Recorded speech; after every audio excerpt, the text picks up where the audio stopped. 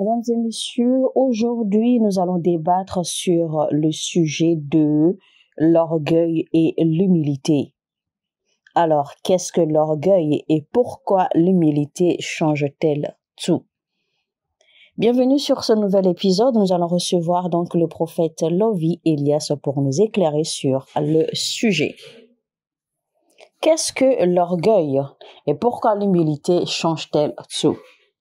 Lisons Jacques 4, verset 6. Il accorde au contraire une grâce plus excellente. C'est pourquoi l'Écriture dit, Dieu résiste aux orgueilleux, mais il fait grâce aux humbles. Donc, selon Jacob dans ce verset, Dieu a résisté Esau à cause de l'orgueil. Mais que signifie l'orgueil alors aux yeux de Dieu? Parce qu'en réalité, quand on analyse la vie de Esau n'a jamais manifesté une quelque forme d'orgueil ou de fierté contre quiconque. Quand tu penses, quand tu réfléchis dans ce sens, du genre que tu réussiras seulement, d'accord, à cause de ta vie chrétienne, eh bien, tu es orgueilleux. Alors, par exemple, Esau a rejeté, c'est-à-dire Esau a vendu son droit d'aînesse parce qu'il se disait que, bon, en fait, il est l'aîné, donc que rien ne peut changer cela. Donc, même s'il reniait son droit d'aînesse, eh bien, il demeure l'aîné de la famille. Donc, pour lui, ça ne disait rien. Aux yeux de Dieu, ça, c'était de l'orgueil. Ou par exemple, tu es prêt à tout faire ou faire n'importe quoi, juste pour gagner des faveurs de Dieu, eh bien, tu es orgueilleux. Notre Seigneur Jésus-Christ a reçu le nom le plus grand, le nom le plus élevé au-dessus de tout autre nom.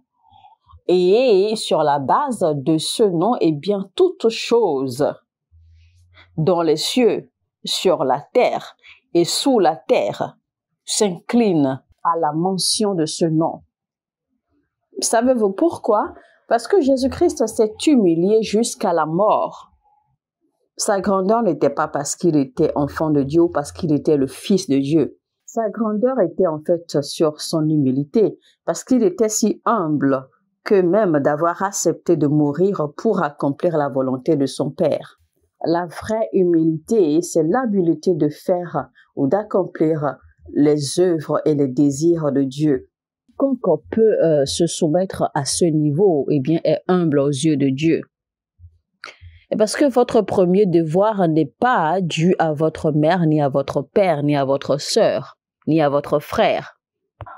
C'est en premier tout à Dieu. Donc, vous devez connaître en fait le sens de l'humilité aux yeux de Dieu. Vous devez donc connaître ce que c'est que l'orgueil selon Dieu.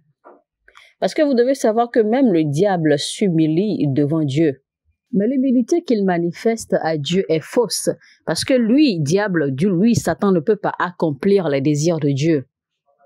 Quand bien même il craint Dieu, quand bien même il aime Dieu, quand bien même il se soumet, il se prosterne devant Dieu, vous avez vu un peu comment il s'adressait à Dieu, comment il parlait à Dieu dans le livre de Job quand il rôdait sur la terre et que Dieu lui a demandé s'il avait vu son serviteur Job. Vous vous rappelez ce qu'il a dit, comment il a parlé à Dieu. Il disait carrément, Seigneur, est-ce que Job te craint pour rien? Ne te craint-il pas à cause des choses que tu fais dans sa vie? Et il demandait même que Dieu retire sa main de sur Job pour que lui, Satan, puisse le tenter. Et il disait, laisse-moi le tenter pour voir s'il va toujours t'aimer, s'il va toujours être fidèle à toi. Vous voyez, il était même prêt, d'accord, à travailler, à œuvrer pour l'intérêt de Dieu. Pourtant, selon la Bible et aux yeux de Dieu, eh bien, Satan est le plus orgueilleux qu'on ait jamais connu. Donc, voyez un peu ce que Dieu dit de lui, d'accord, dans la Bible. Comment, ô toi, Lucifer, es-tu tombé si bas? Tu t'élèves, tu t'es élevé au-dessus de tout à cause de ton orgueil. À cause de ton orgueil, je te ôte et je te rejette du ciel. C'était donc quoi son orgueil aux yeux de Dieu? Vous que normalement les chérubins, hein, leur devoir était de rester dans la présence de Dieu, était de garder, était de maintenir la présence de Dieu.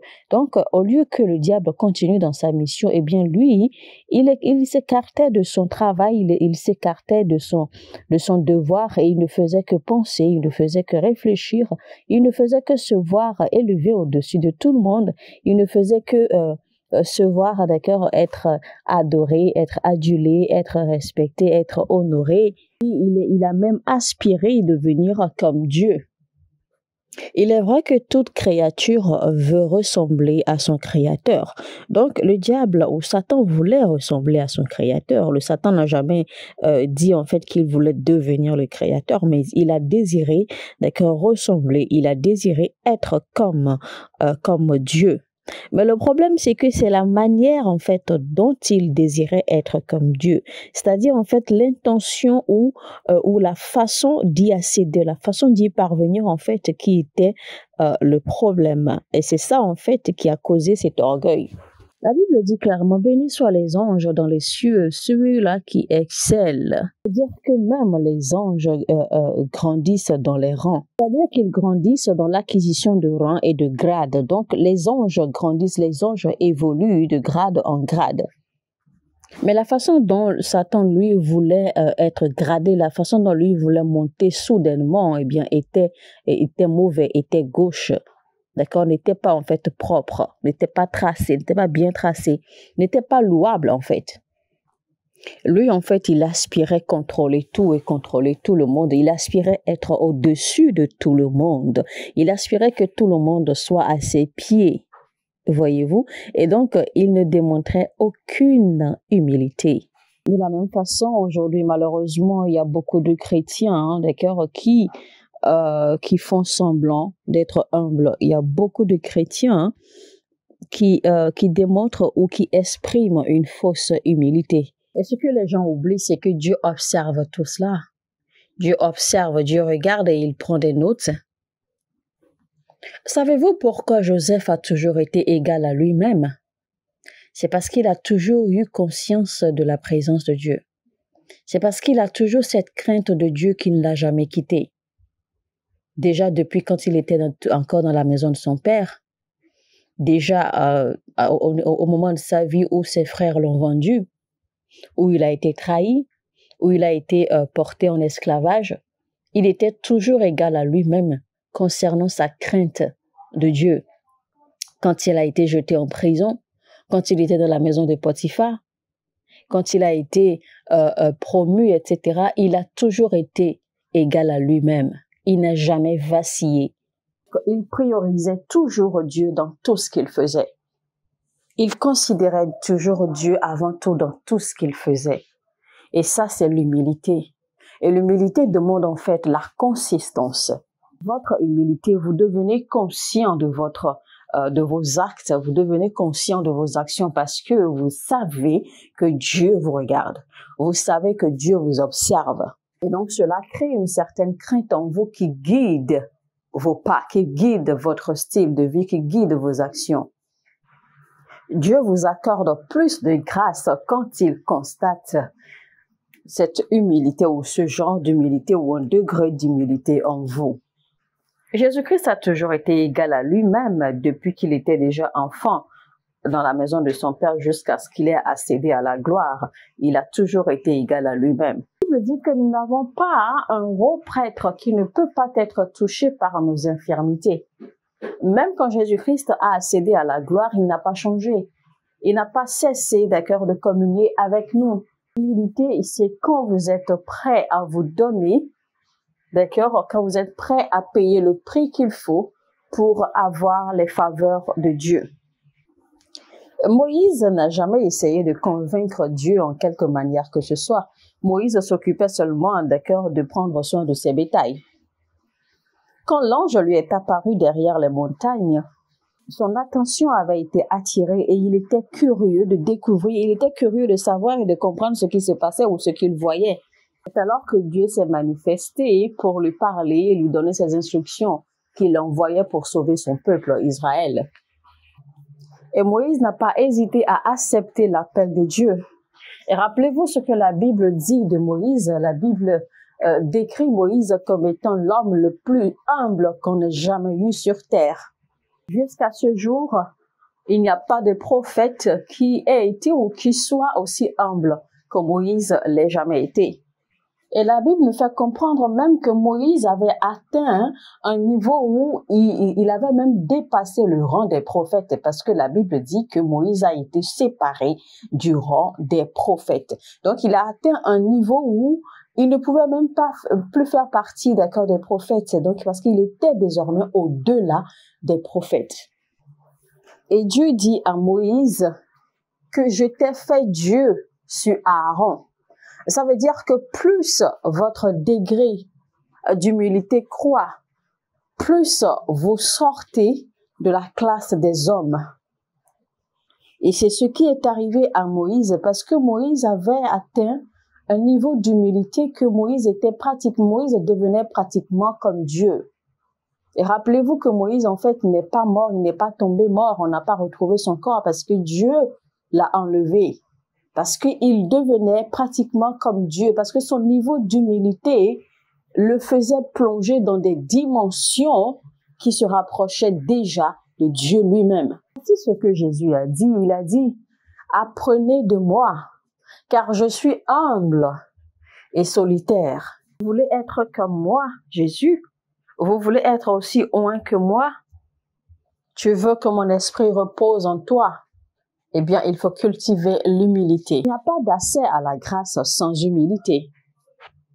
Et l'adoration offerte à Dieu vient, d'accord, sur la base ou vient de la place de l'humilité. Rappelez-vous comment Job a adoré, a loué le Seigneur quand il avait tout perdu, parce qu'en fait, il avait reconnu que le Seigneur demeure Seigneur, qu'il demeure Dieu, peu importe la situation autour de lui. Et donc, il a dit, « Je suis sorti des entrailles de ma mère nue, et nu je retournerai à la terre. Alors, béni soit l'Éternel. » Donc, peu importe la situation, Dieu demeure Dieu, et béni soit toujours son nom. Ça, c'est une vraie adoration offerte à Dieu, malgré ce qui se passe autour de vous, dans le froid et dans la chaleur, dans le feu et dans les tempêtes. La Bible dit que Job n'a jamais condamné Dieu, il n'a jamais blâmé Dieu, il n'a jamais insulté Dieu, il n'a jamais questionné Dieu, malgré ce qui lui arrivait. Vous voyez son degré d'humilité. Et ça, c'était également une forme d'adoration. Dans l'humilité se trouve la promotion.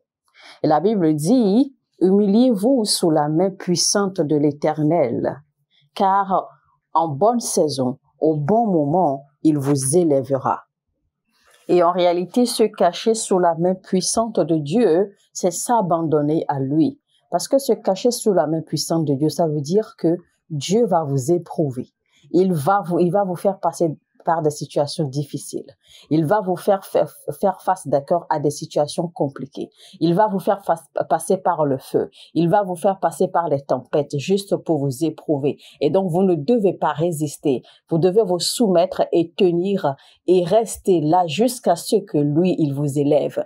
Donc, chers amis, frères et sœurs, apprenez donc à cultiver l'humilité dès aujourd'hui. Mesdames et messieurs, on va s'arrêter là pour le moment. C'était donc le prophète Lovie Elias dont le titre intitulé « C'est quoi l'orgueil et pourquoi l'humilité change-t-elle tout ?» Première partie. Si vous avez aimé, d'accord, ce message, likez, cliquez sur le bouton j'aime et partagez au maximum autant que vous pouvez. Également, abonnez-vous et activez la cloche de notification pour ne pas rater la deuxième partie de ce message. Donc, restez connectés jusqu'à ce que la deuxième partie de ce message vienne et vous allez mieux comprendre davantage jusqu'à la fin le mystère qui se cache derrière l'humilité et pourquoi l'humilité est la clé de toute chose.